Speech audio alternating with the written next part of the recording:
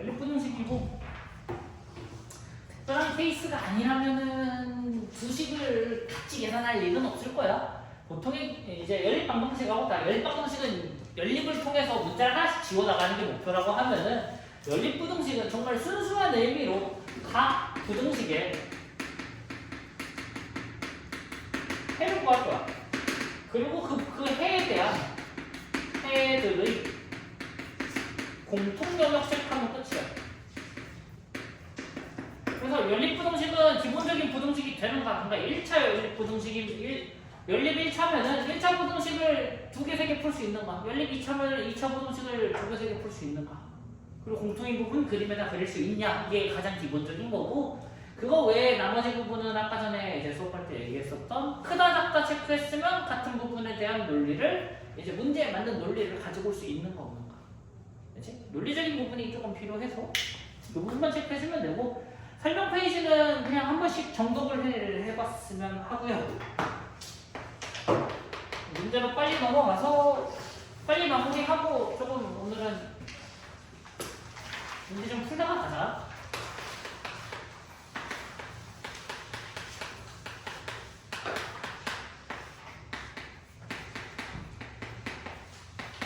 연립부등식이야.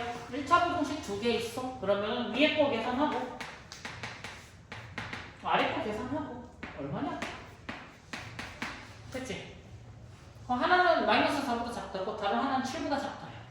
그러면 이거를 이제 수직선에다가 그림을 옮겨서 볼 거고, 뭐 안 옮기고 본인이 할 수 있으면 해도 상관은 없는데, 이제 숫자가 많아지거나 문자가 많아지면 옮기는 게 필요하니까, 자, 수직선에 옮길 때는 수직선 하나 그리면서 이제 화살표도 그리고 뭐 영도 표시하고 그런 것까지도 필요 없어. 뭐 답지에다가 써야 된다면 얘기가 좀 달라질 수 있기는 한데, 이거 표시하고 화살표 양쪽 표시하고 이렇게 하는 게 맞는데, 뭐 굳이 그렇게까지. 자, 부등식에다가 숫자를 옮길 때는 제일 중요한 거는 딱 하나, 마이너스 4와 7의 대소관계를 비교할 줄만 알면 돼. 그치? 우리가 크게 볼 거는 마이너스 4하고 7이 11만큼 떨어져 있다가 중요한 게 아니야. 두대차가 11이 중요한 게 아니라 7이 오른쪽에 있다는 것 자체가 중요한 거야. 내가 수직선에 옮겨야 되는 숫자들 간의 대소관계에 맞게 작은 거부터 큰 순서대로 쓰는 게 이제 핵심인 거고, 자, 마이너스 4보다 작다, 마이너스 4보다 작다. 동그라미 하는 거 다 알지? 중학교 내용이니까 마이너스 7보다 작다. 그래서 공통영역 체크를 하는 건데, 부등식이 이제 식이 2개니까 그림도 2번 그리는 거지? 그래서 항상 하는 말이, 자, 부등식 하나당 높이를 하나씩 가져가는 거야.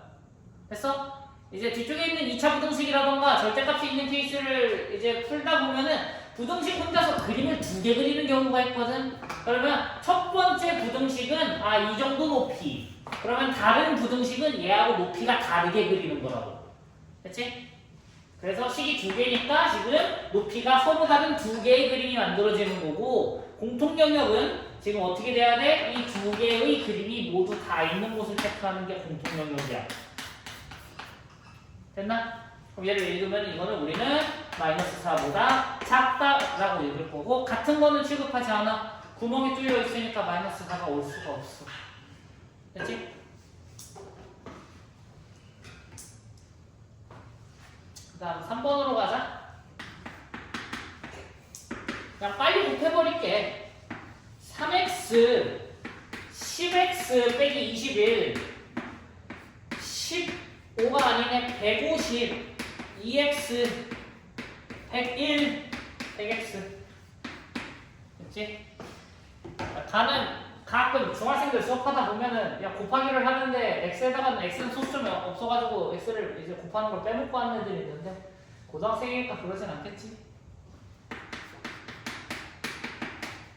x는 3 이상이다. 이게 첫 번째 부등식. 두 번째 부등식은 얼마냐? 98x 마이너스 49 마이너스 2분의 1 이하. 됐지? 그럼 얘는 얼마니? 3이 오른쪽, 마이너스 2분의 1이 왼쪽, 마이너스 2분의 1 이하, 3 이상. 겹치는 게 없네. 그림이 두 줄이 들어가야 두 줄이 그려져 있어야지 높이가 다른 이 그림 두 개가 있어야지 공통인 영역이거든. 근데 그 어느 부분을 봐도 그림이 하나거나 연계거나 맞아? 그렇기 때문에 얘는 공통인 부분이 없다? 해가 없다라고 할 거야. 됐나? 가벼운 내용이고 그 다음에 이제 중요한 부분이 내가 수직선에다가 지금 숫자를 몇 개를 표시했는지를 항상 신경 써야 돼. 여기에 이제 미정계수가 들어간다면 이제 판단의 근거는 이거야. 수직선에다가 숫자를 하나, 둘 체크했기 때문에 이제 모르는 부분이 들어온다면은 걔가 여기일까, 여기일까, 여기일까. 됐어? 그러면 그 중에서도 이제 어디인지 체크했으면은 예를 들어 첫 번째, 두 번째, 세 번째 아까 두 번째, 세 번째. 그러면 첫 번째 영역에 들어가는 거면은 이 첫 번째 영역에 걸쳐 있는 마이너스 2분의 1하고 같아지는 경우를 체크를 해보고 이런 식으로. 됐지? 그래서 수직선에 몇 개 표시되어 있는지 체크해서 몇 개 영역 나는 케이스 놔두고 그 다음에 끝에 부분 걸치는 거 체크해주고 요거고 여기도 똑같아. 해가 없는 경우들 그림을 표기를 좀만 해볼게. 해가 없는 그림 방금 전에 했었던 애초에 그림이 만나지 않는 거 두 개째네. 됐어? 자 여기 표시 안 했어. 표시 안 한 이유는 얘가 동그라미든 동그라미 색칠이든 어차피 안 만나는 거는 해 없는 거거든. 됐지? 예, 항상 논란의 여지가 있는 부분은 이거지. 자, 똑같은 숫자에 대해서 하나는 작다야.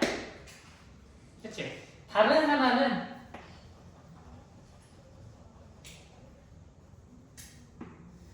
이상이야. 그치? 요거 같은 경우에는 같은 선으로 이렇게 그리기도 해.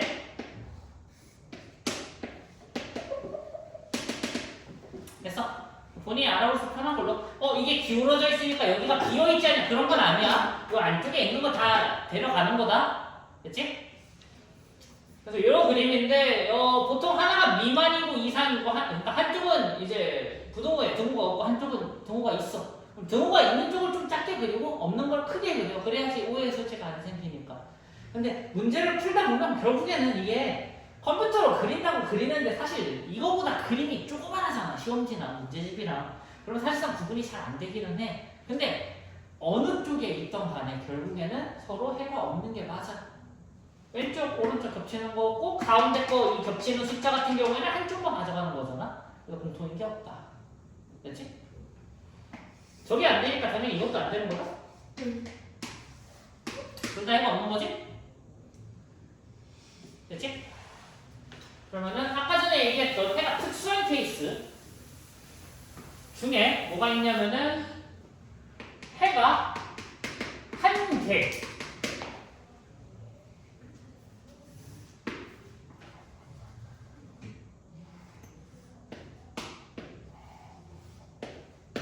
이렇게.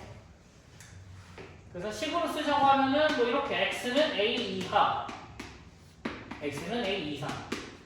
그때는 해를 x는 a라고 특수한 케이스를 쓸 거예요. 됐지? 요게 이제 노멀한 1차 부등식을 가지고 연립을 하면은 대체적으로 이런 노멀한 형태가 나온다. 됐나?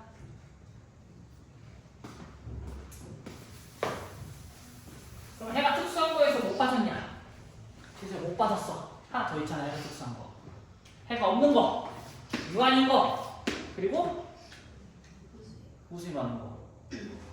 부등식에서 해가 무수히 많아야 돼.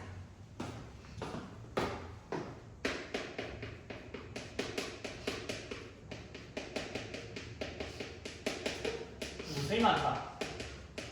모든 실수이다. 막 부등이니까 모든 실수이다라고 쓰겠지?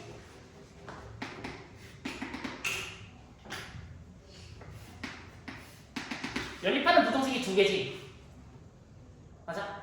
연립하는 부등식이 두 개인데 편의상 그냥 문자는 좀 남발을 할게.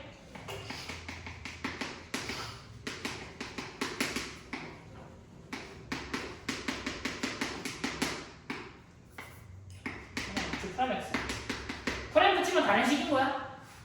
됐나? 그러니까 이제 첫 번째 부등식도 있고 두 번째 부등식도 있어. 우리 열림의 해는 공통인 걸 찾아오는 거야. 맞아? 그러면 첫 번째 해의 해 찾아주고 두 번째 해의 해를 찾아서 둘의 공통을 찾으면 공통 영역을 찾으면 열림 부등식의 해인 거잖아. 맞아? 그게 모든 실수여야 돼.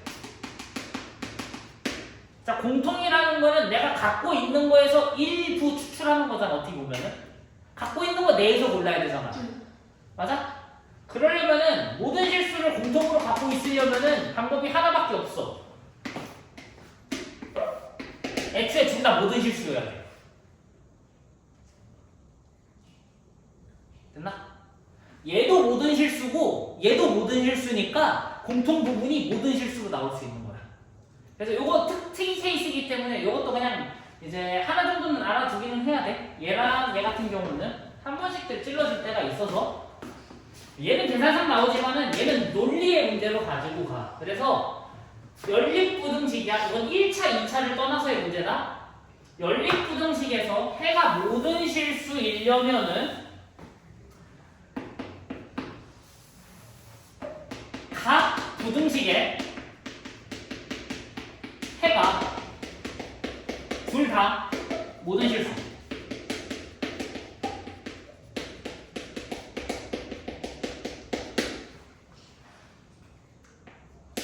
첫 번째 것도 모든 실수고 두 번째 것도 모든 실수가 나와야 돼. 하나라도 그렇게 되지 않다면은 이제 공통 부분이 모든 실수일 수가 없지. 됐나?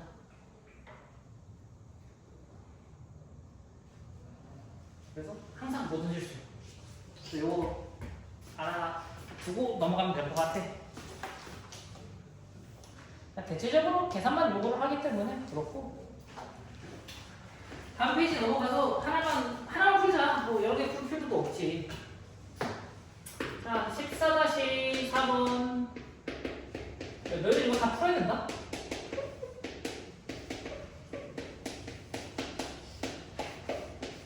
아예. 이렇게 됐지? 자, 연립방정식은 아무 데서나 두 개씩 골라오면 되는데 연립부등식은 무조건 앞에 있는 거 한 쌍, 뒤에 있는 거 한 쌍이야. 양 끝에 있는 걸 고르는 순간 가운데가 무시가 되는 경우들이 있기 때문에 무조건 앞에 한 쌍, 뒤에 한 쌍. 그래서 연립부등식.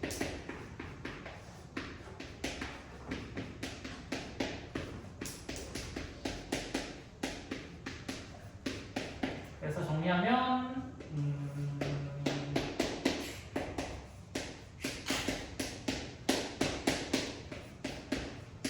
이렇게 마이너스 3 이상 1 미만이고 그림 그리면 알 거야. 해가 없어.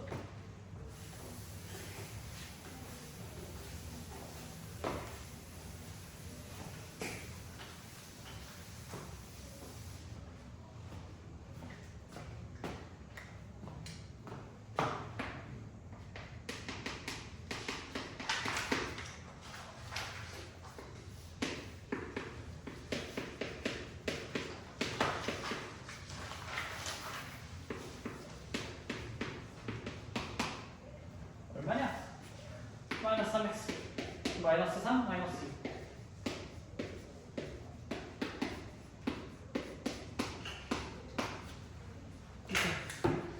2 1차 부등식이지? 1차 부등식은 숫자가 한 개밖에 안 나와.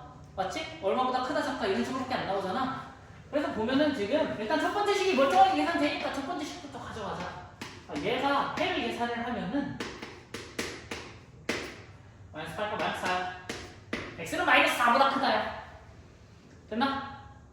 그러면 두 번째 얘 해를 계산하면 편의상 계산은 다 하고 있기는 한데 3분의 마이너스 2a 빼기 2야. 됐지? 그러면은 이제 뭐 나중을 위해서 그냥 논리적인 부분까지 다 가지고 가자고. 내가 지금 이 숫자가 얼마인지 모르기 때문에 수직선에다가 마이너스 4라는 거 하나만 표시하겠다고. 한가운데다가 그랬을 때 마이너스 4보다 크다니까 동그라미 하고 올라와서 오른쪽으로 갈 거고 수직선에다가 숫자를 하나 표기했기 때문에 이 동그라미 한 숫자는 마이너스 4보다 왼쪽에 있냐 아니면 오른쪽에 있냐의 문제라고. 야. 됐어? 만약에 왼쪽에 있다면 오른쪽에 있다면 어찌됐든 간에 이 부등식의 모양은 이렇게 생겼을 수밖에 없는 거잖아.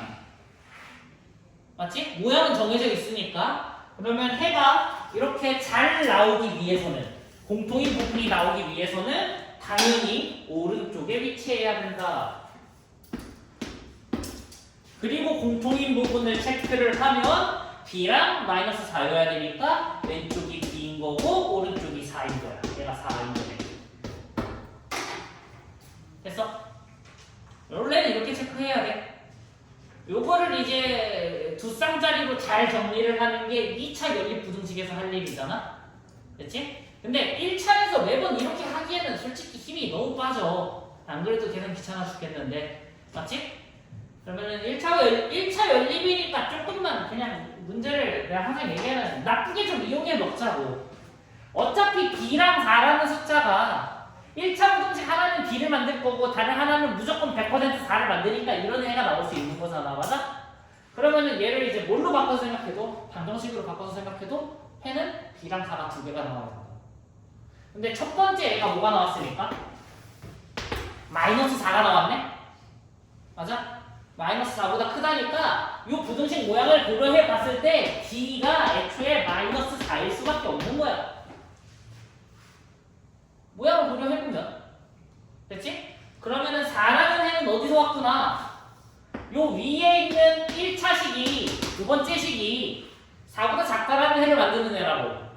됐지? 근데 부등식을 매번 넘겨가면서 하기에는 귀찮으니까 그냥 처음부터 얘를 이렇게 세팅해서 x는 4 집어넣어야지 해도 똑같은 a 값이 나올 거라고. 됐어? 얘를 부등식으로 볼 때는 얘가 이제 크냐 작냐의 문제를 신경을 쓰라는 건데 이미 정해진 틀에서는 무시하고 계산해버리겠다. 됐지? 시간이 아까워서 몇 번 얘기하지만 시간이 아까워서고 요 방법으로만 문제를 접근을 하면은 2차 부등식 할 때 P를 봐야 돼. 어쩔 수 없어.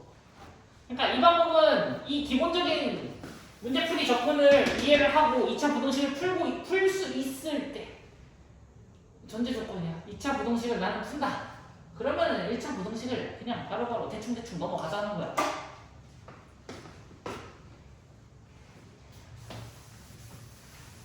어제까지나 연습이 부족하면은 하나하나 체크를 하는 게 맞아. 정석대로.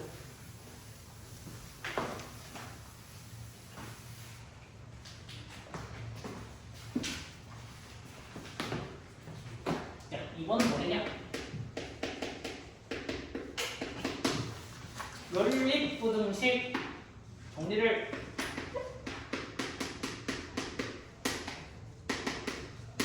이렇게 길어. 마이너스 10이랑 7이면은 마이너스 5냐? 14랑 6이면은 20. 그냥 해가 어때? 당연히 하나, 둘. 맞지? 하나씩 정리하자.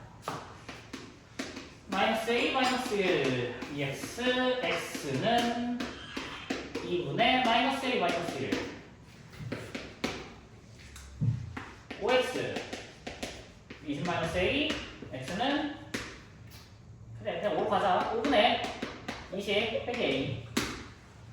어차피 분수 써야 되는 거 5랑 20 약분 안 했어. 됐지? 그러면 해가 없다라는 건데 결론은 이거야. 자, 왼쪽 거는 그림이 이렇게 나와. 이런 모양이야. 오른쪽 거는 그림이 작다니까 이런 모양이 나올 거야. 그치? 방금 전에는 숫자가 하나가 명확했기 때문에 그냥 썼지만은 숫자가 둘 다 분명한 지금 이 상황에서 그냥 하나를 결정을 해. 어차피 어딘가에는 둘 다 그림이 있을 거 아니야? 그래서 그냥 편의상 초록색부터 들어갈게. 자, 초록색 그림이 한가운데 있는 거야, 지금. 이렇게. 얼마니? 2분의 마이너스 a 마이너스 1이라는 애가 있어. 그러면은 노란 색깔 이 동그라미는 어디에 있을 수 있냐? 왼쪽이랑 오른쪽에 있을 수 있다. 됐지? 근데 그림을 그렸을 때 얘는 뻗어 올라와서 왼쪽으로 뻗어 나갈 거야. 그리고 조건은 뭐냐면은 둘이 해가 없어야 돼. 그럼 왼쪽과 오른쪽 중에 당연히 어디에서 그림을 그려줘야 된다? 왼쪽에서 그림이 그려져야 둘이 만날 일이 없겠구나. 그치? 그러면 노란색은 초록색보다 왼쪽에 있다? 작아야 된다는 뜻이야.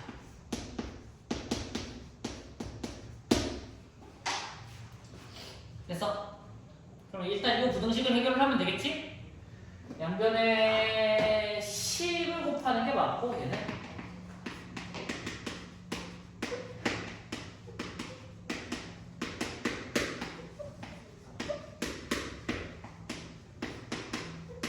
A는 마이너스 15보다 작다. 그래서 A는 마이너스 15보다 작아야 이런 그림이 완성이 되고 둘이 겹치는 부분이 생길 리가 없다고.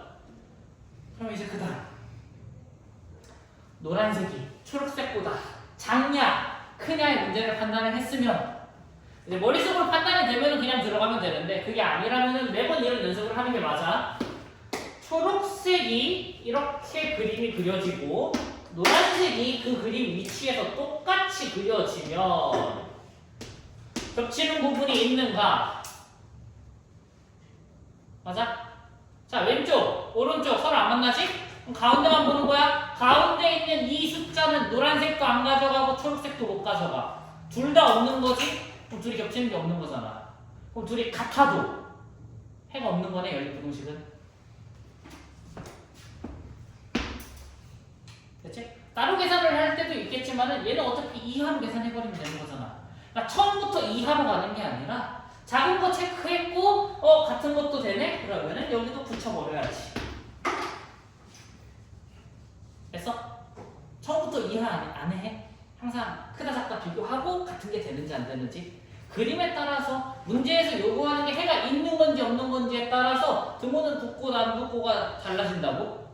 그리고 알겠지만 내 성격상 이 그림에서 해가 어떤 거면은 붙이고 오고 이 그림에서 이런 경우는 이제 등호를 안 붙이고 못 내워 나는. 항상 얘가 나는 못 내었어. 나는 어릴 때 못 내워가지고 매번 이런 식으로 생각을 하면서 풀고 아직도 그러고 살아.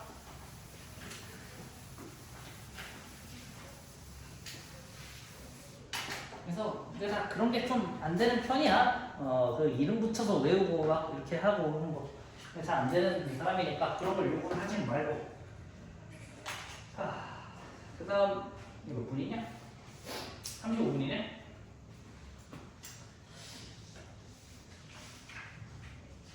그거부터 하자. 과부족부터 하자. 과부족만 하고 마무리하자. 절대값 함수는 다음 주에 그래프 그려가면서 할게. 1차를 좀 연습을 하고 가는 게 맞을 것 같고. 14-7번이고.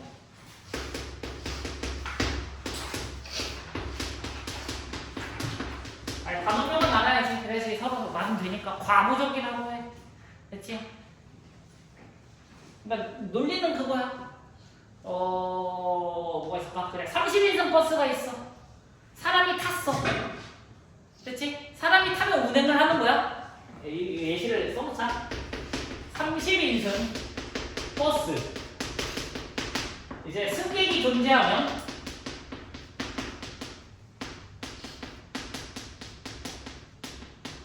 버스를 운행한다.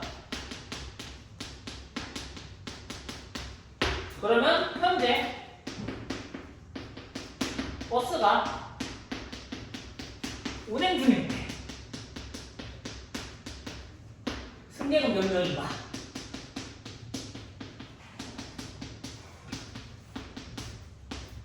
몇 명이야? 이러면 몇 명이지? 그러나 몇 명이야?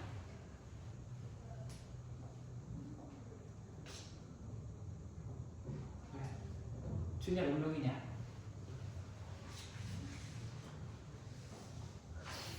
되게 간단한 아이디어야. 몇 명?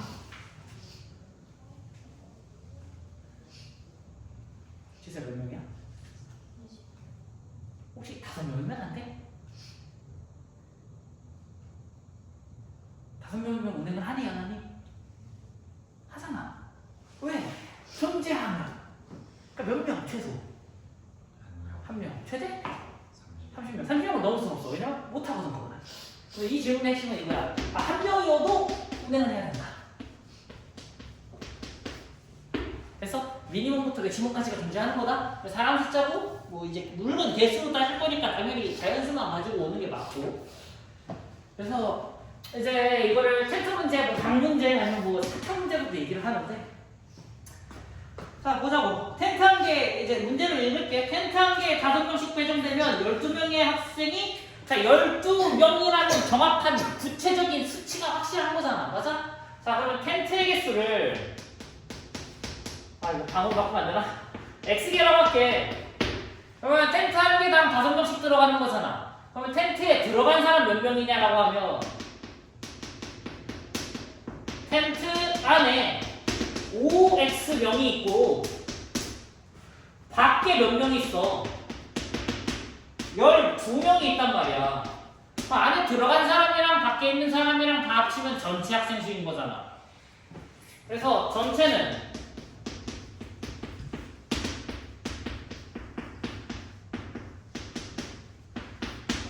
OX 플러스 12명이야.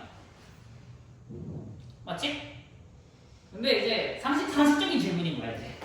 12명을 밖에서 재울 수는 없잖아. 아무리 텐트도 야외도 마찬가지여도. 그래서 안에 들어가는 사람을 늘려보겠다는 아이디어인 거지. 그렇게 되면은 이제 몇 명씩 하냐? 한 텐트에 7명씩. 이건 좀 과한 것 같은데?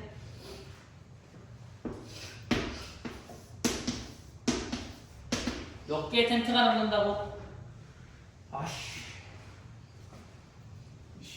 매기는 건가?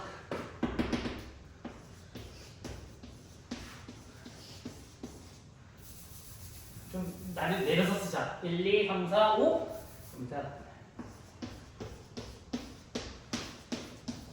야, 좀 많이 그렸어.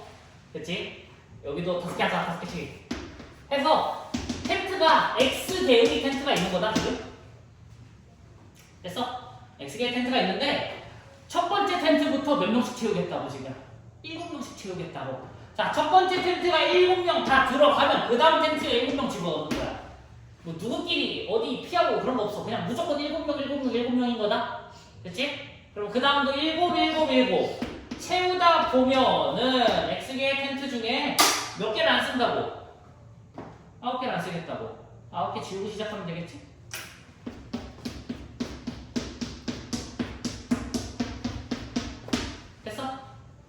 그러면 몇 개 사용했냐라고 하면은 X 빼기 9개를 사용한 거야. 됐지? 근데 이거는 방금 전 버스 얘기처럼 이제 사용을 했다라는 거는 한 명만 들어가도 사용한 개념인 거잖아.